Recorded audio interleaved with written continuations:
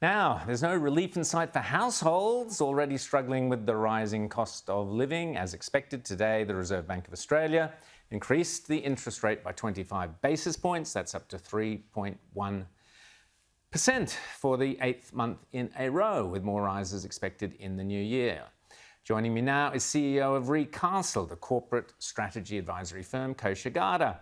Kosha, great to see you as always.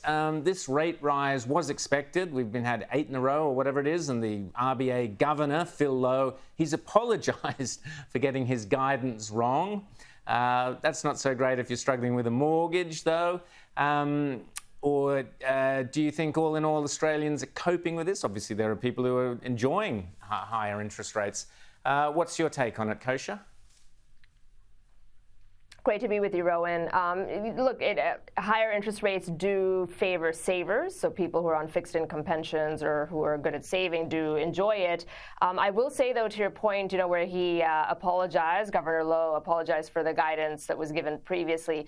To me, I would start with this being a prime lesson in personal responsibility and self-reliance. And as harsh as that may seem, I think it's a cautionary tale for people that rely on edicts coming out of various unelected bureaucrats, whether it's this case here or various health bureaucrats who came out with vaccine efficacy reliance, what have you, to just factor in your own personal judgment.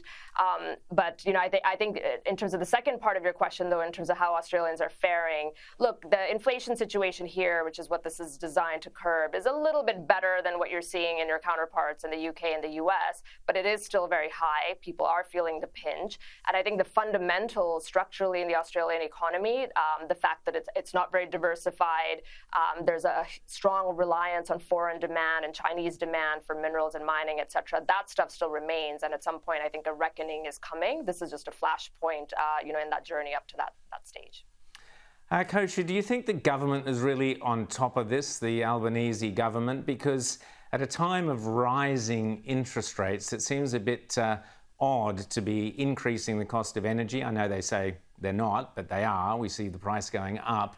There's talk of, there will be this or that relief for energy prices. Originally, they promised $275. That got them elected, and then they ditched that promise straight away. But they're now going to come up with some other cockamamie scheme. They're talking about price caps. All of this is basic socialism stuff. You mentioned resilience, which is absolutely true. Where is the kind of understanding that the market is going to operate and things are going to go up as well as down? That reckoning that I mentioned that's coming, where monetary policy and, what the RBA can do, or the Federal Reserve in the US or, elsewhere in the UK, is only limited to just inflation. But the bigger fundamental problem is spending, which has been out of control in the Western sphere for the last 30 to 40 years, as and cover so well, and government spending, and energy costs, which is right now really accelerating. So, those two things, if they don't fix that, then that problem is just only going to get worse. And I think what you're seeing now is, as the capital markets and central banks pull back and start to increase interest rates, it's really going to force that reckoning, because it's been easy to spend money and print money, unabated for all this time, and you have to pay. The cost of financing that is so low, and as that cost rises, it's going to push that reckoning. But the problem is the political headwinds on the other side, and the Greens and the whole environmental ideology and everything is a big barrier on the other side. So it's really going to take guts and maybe a big problem or reset before they do that, because otherwise the incentives, unfortunately, just aren't there for them.